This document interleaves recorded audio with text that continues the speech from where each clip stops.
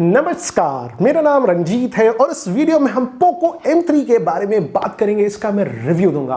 और भाई लोग, इस वीडियो में हम सिर्फ इसकी अच्छी चुपड़ी बातों के बारे में बात नहीं करेंगे, लेकिन यार ये फोन में क्या प्रॉब्लम्स है उसके बारे में भी बात करेंगे। आजकल क्या होता है भाई, लोग जब अपने ओपिनियन देते हैं, रिव्यू देते हैं, सिर्फ अच्छी चीजों के बारे में बात करते हैं, लेकिन फोन में जो प्रॉब्लम्स है या वो उसके बारे में बात ही नहीं करते। यहाँ हम दोनों करेंगे। तो भाई ये है पोको M3 और मैंने इसे यूज किया है अभी काफी टाइम से दोनों सिम के साथ, मेरे एयरटेल और जियो, और मेरा एक्सपीरियंस शेयर करूंगा। अच्छी चीजें जो है उसके बारे में बताऊंगा और क्या मुझे ठीक नहीं लगा वो भी बताऊंगा। और भाई लोग, ये मेरा हिंदी का चैनल है, अगर आपने ऐसे सब्सक्राइब नहीं किया तो यार सब्सक्राइब कर लो। तो चलिए आगे बढ़ते हैं। तो भाई ये है पोको M3 और ये एक बजट ओरिएंटेड स्मार्टफोन है पोको से। इनफैक्ट ये जो Redmi 9 पावर है स्मार्टफोन, उसका ये एक भाई है, लगता है वही फोन था, लेकिन थोड़ा बहुत चेंजेस करके इसे बना दिया गया है। और एक चीज जो मुझे अच्छी नहीं लगी, स्टार्टिंग में ही बोल देता हूं, पीछे जो कैमरा है जो Redmi 9 पावर का था उसमें अल्ट्रा वाइड कैमरा था। इसमें उन्होंने अल्ट्रा वाइड कैमरा को निकाल के सिर्फ जो बेवकूफ़ी के 2 मेगापिक्सल के रहते हैं वो दे दिए। प्राइमरी कैमरा 48 मेगापिक्सल का, वो ठीक है। तो लेकिन भाई अब अच्छी चीज़ों के बारे में बात करते हैं स्मार्टफोन, और पहले प्राइस के बारे में बात कर लेते हैं। इसका जो बेस वेरिएंट आता है 64 GB और 6 GB रैम के साथ, उसका प्राइस है 11,000 और ये फ्लिपकार्ट पे मिलता है। आजकल कुछ ऑफर भी चल रहा है तो आपको 10,000 में मिल सकता है, लेकिन मोटी बात 11,000 का है और ये 11,000 रुपए का ही वेरिएंट है। और पहली चीज जो मुझे ये अच्छी लगी है स्मार्टफोन में, इसमें 6.53 इंच का स्क्रीन दिया गया है, लेकिन ये फुल HD प्लस स्क्रीन है।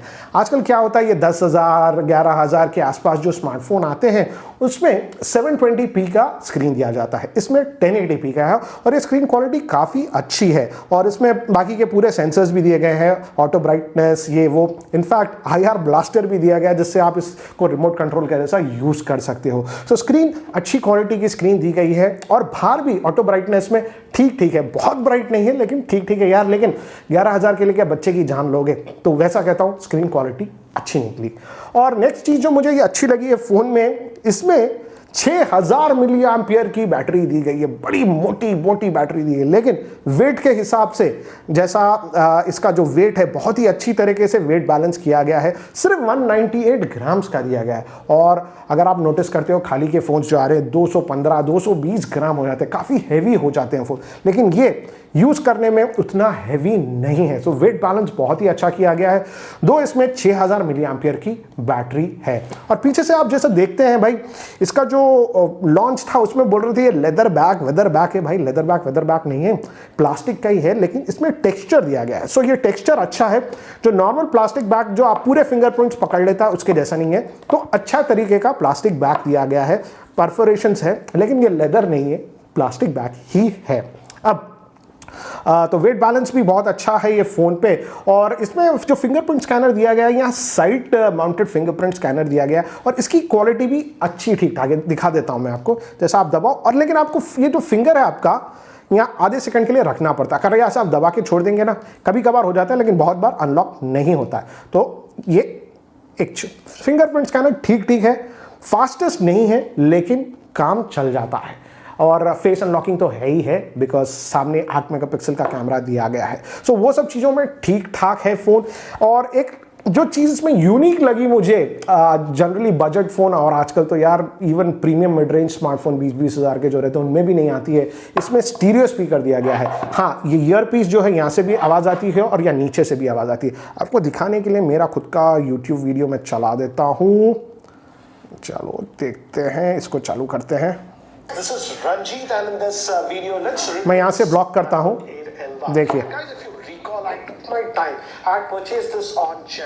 देखिए यहाँ से भी आ रही है। हाँ, बिकॉज ये बजट स्मार्टफोन है यार। जो ईयर पीस का स्पीकर है उतना लाउड नहीं है, जो मेन स्पीकर है वो ज़्यादा लाउड है, लेकिन भाई ये दाम में हमें स्टीरियो स्पीकर मिल रहा है, सो वो एक बड़ी अच्छी बात है।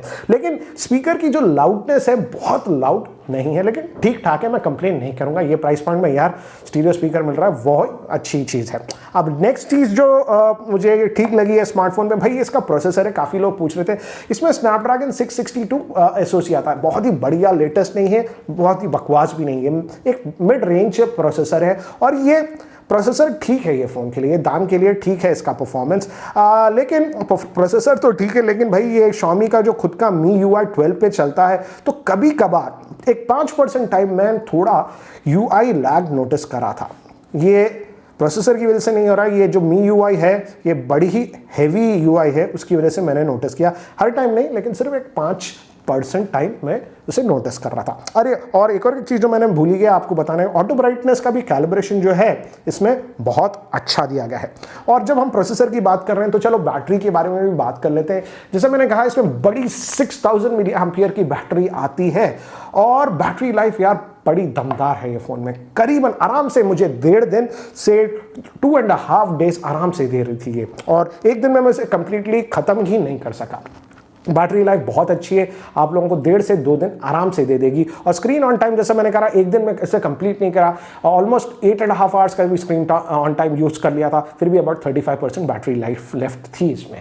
तो बैटरी लाइफ बहुत ही अच्छी है, लेकिन भाई बड़ी मोटी बैटरी है, बड़ी बैटरी है, तो इसे रात में चार्ज कर लेना, सुबह अगर चार्ज करोगे कंप्लीटली चार्ज होने को टाइम लगता है। लेकिन बैटरी के हिसाब में बड़ा ही अच्छा ऑप्टिमाइजेशन किया गया है, और जैसा आप देख सक रहे हैं मैं दोनों सिम के साथ इसे टेस्ट करा हूँ, फिर भी बैटरी लाइफ अच्छी खासी है ये फ़ोन पे।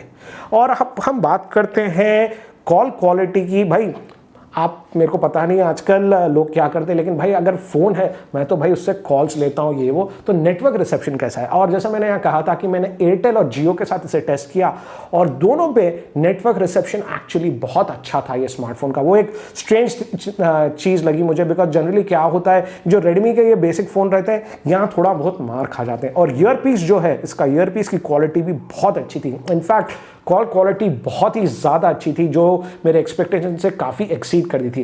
प्रीमियम स्मार्टफोन्स में जैसा ईयरपीस की क्वालिटी रहती है वैसी थी। तो कॉल क्वालिटी बहुत अच्छी है।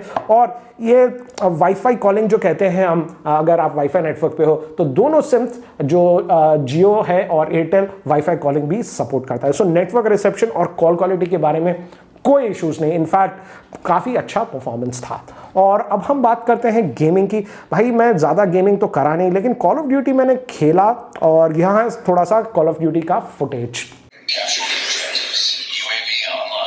सो ये है भाई कॉल ऑफ ड्यूटी, लेकिन पहले आपको मैं इसके सेटिंग्स दिखा देता हूँ, ग्राफिक सेटिंग्स। जैसा आप देख रहे हो ऑडियो और ग्राफिक हाई सेटिंग्स पे खेल रहे हैं, और जो फ्रेम रेट है वो मीडियम है। और देखते हैं कैसा चलता है इसमें। अच्छी चीज़ है कि ग्राफिक सेटिंग हाई पे आ रहा है इसमें। तो आप रिकॉल करते हो तो Realme X7 जो था वो सिर्फ मीडियम पे चल रहा था, और वो काफ़ी एक्सपेंसिव फ़ोन था। अब देख सकते हो आप, आराम से मैं किल्स ले रहा हूँ, कुछ फ्रेम ड्रॉप्स भी नहीं दिख रहे मुझे, अच्छी बात है।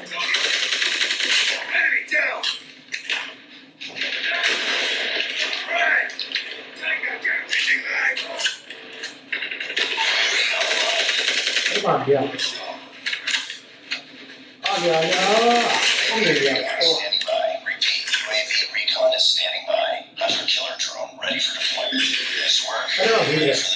तो जैसा आप देखते हो इसका जो गेमिंग परफॉर्मेंस है काफ़ी अच्छा है। और एक चीज़ जो मुझे अच्छी लगी है फ़ोन में, जो इसका वाईफाई परफॉर्मेंस है। जनरली जो बजट फ़ोन्स में रहता है सिर्फ 2.4 गीगाहर्ट्ज़ का वाईफाई बैंड रहता है, इसमें 5 गीगाहर्ट्ज़ का भी वाईफाई सपोर्ट दिया गया है। ये मोबाइल नेटवर्क पे टेस्ट किया था मैं, ये एयरटेल पे किया था, 52 मेगाबिट डाउन आया था, 7 अपलोड आया था। और जब हम ये जियो पे मैंने किया था, जियो पे किया था, एंड कैरियर एग्रीगेशन इनेबल्ड है जियो पे, 4G प्लस आता है, एंड जियो पे ये स्पीड्स आए थे मोबाइल डेटा के। और मेरा वाईफाई जब, अगर मैं सेम रूम में हूँ जहाँ राउटर है, मुझे ये स्पीड्स आ रहे हैं 142 मेगाबिट। सो वाईफाई का परफॉर्मेंस भी अच्छा खासा है ये फ़ोन पे, और 5 गीगाहर्ट्ज़ वाईफाई बैंड सपोर्ट करता है। और अब हम बात करते हैं इसके कैमरा के बारे में। जैसा आप पीछे देख रहे हो 3 कैमरा दिया है, ट्रिपल कैमरा सेटअप कहते हैं। मेन कैमरा जो है 48 मेगापिक्सल का है, सही कैमरा, लेकिन उसके बाद जो 2 कैमरा है वो तो मजाक है, 2 मेगापिक्सल के मजाक, मैक्रो और जो डेप्थ बोलते हैं उसका मजाक कर रहे हैं। और फ्रंट फेसिंग है 8 मेगापिक्सल का।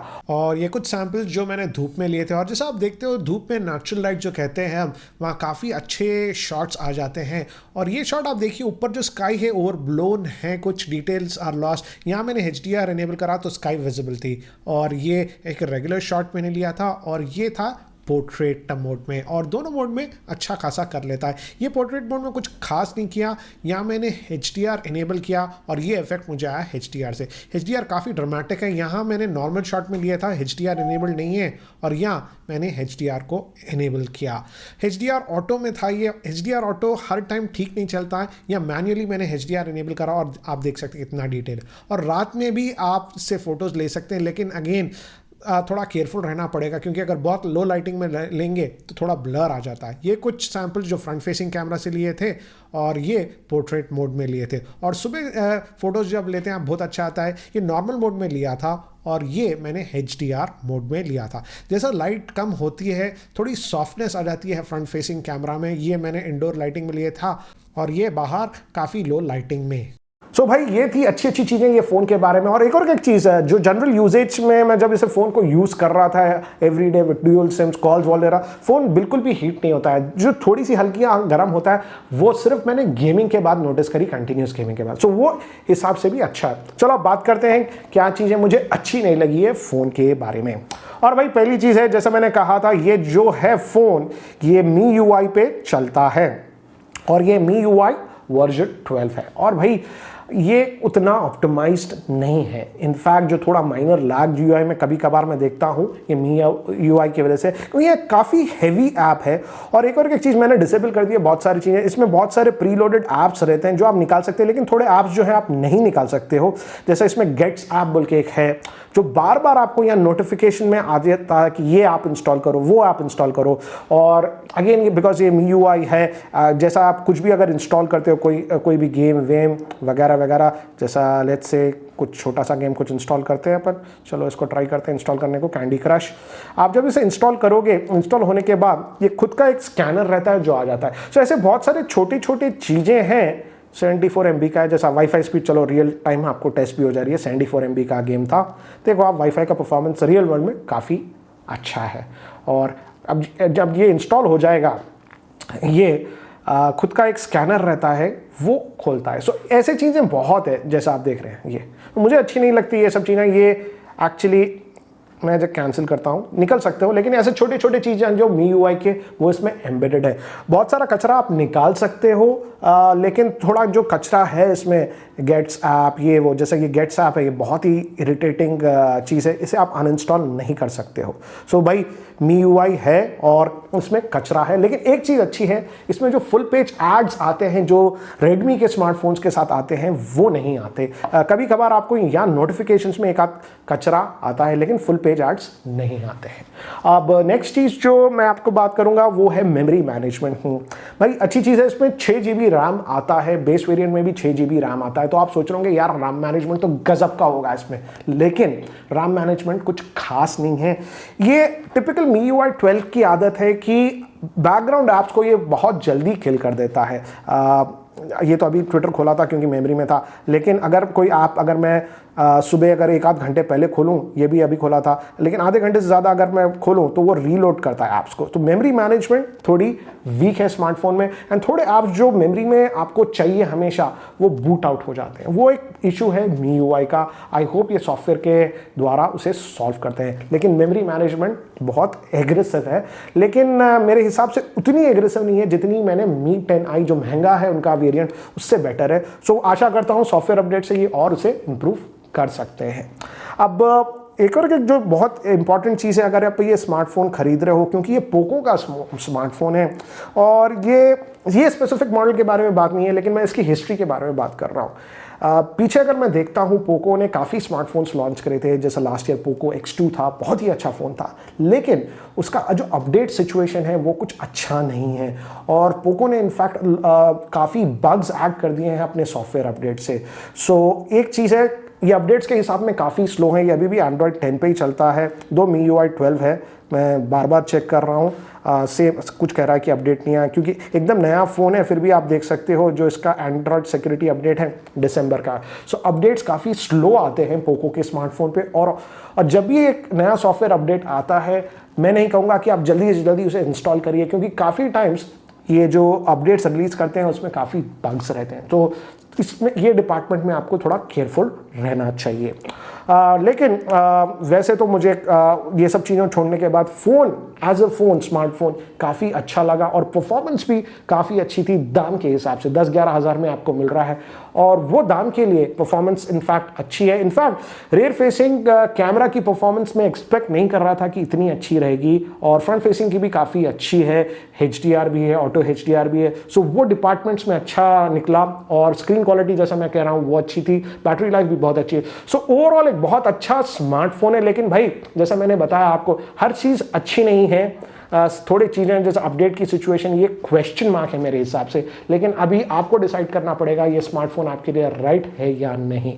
तो भाई लोग ये था मेरा रिव्यू ये पोको M3 के बारे में। अगर आपको ये रिव्यू सही लगा तो लाइक कर देना और आपने अगर सब्सक्राइब नहीं किया तो सब्सक्राइब कर लेना। अभी के लिए तो बस इतना ही। ये मेरा हिंदी का चैनल है तो भाई अभी के लिए तो बस इतना ही। अलविदा, फिर मिलेंगे।